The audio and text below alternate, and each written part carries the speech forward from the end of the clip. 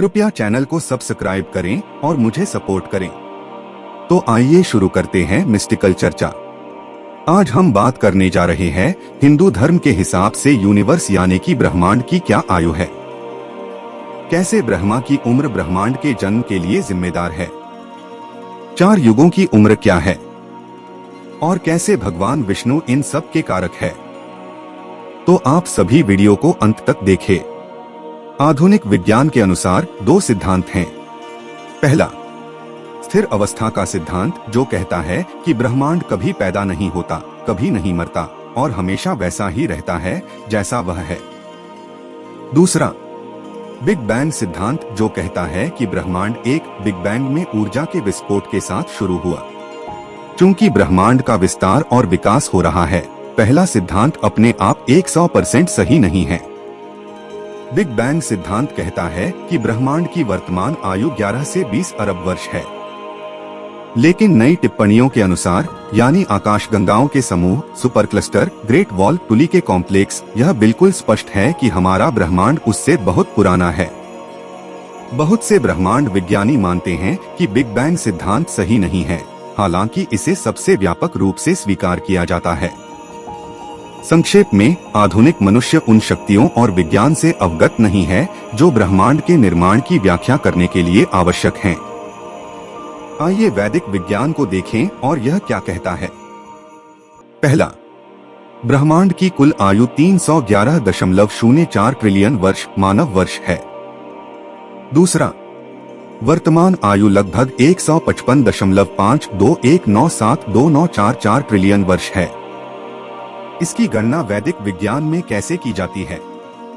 पृथ्वी पर 4 युग हैं जो एक के बाद एक घूमते रहते हैं। सतयुग जो 1.728 मिलियन वर्ष का होता है और उसके बाद आता है त्रेता युग जो 1.296 मिलियन वर्ष का होता है। उसके बाद आता है द्वापर युग जो 0.864 मिलियन वर्ष का होता है। उसके बाद आता है कलयुग जो 0.432 मिलियन वर्ष का होता है। ये फिर खत्म होके सतयुग से फिर शुरू होता है और ये चक्र चलता जाता है। तो इस हिसाब से ये 4 युग का समय मिला के होता है कुल 4.32 मिलियन मानव वर्ष। इस युग चक्र को महा या दिव्य युग कहा जाता है। 1000 ऐसे चक्र भगवान ब्रह्मा का एक दिन बनाते हैं। तो ब्रह्मा का एक दिन 4.32 मिलियन गुना 1000 जो बराबर होता है 4.32 बिलियन मानव वर्ष के। ये भगवान ब्रह्मा का एक दिन है। भगवान ब्रह्मा के ऐसे प्रत्येक दिन को कल्प कहा जाता है। उनकी रात भी 4.32 अरब मानव वर्ष बनाती है। उनके दिन के दौरान ब्रह्मांड में जीवन मौजूद है। रात के समय जीवन का कोई रूप मौजूद नहीं है। तो एक पूरे दिन और रात में 8.64 अरब मानव वर्ष होते हैं। भगवान ब्रह्मा की आयु 100 वर्ष है। ब्रह्मा के प्रत्येक वर्ष में 360 दिन और इतनी ही रातें होती हैं।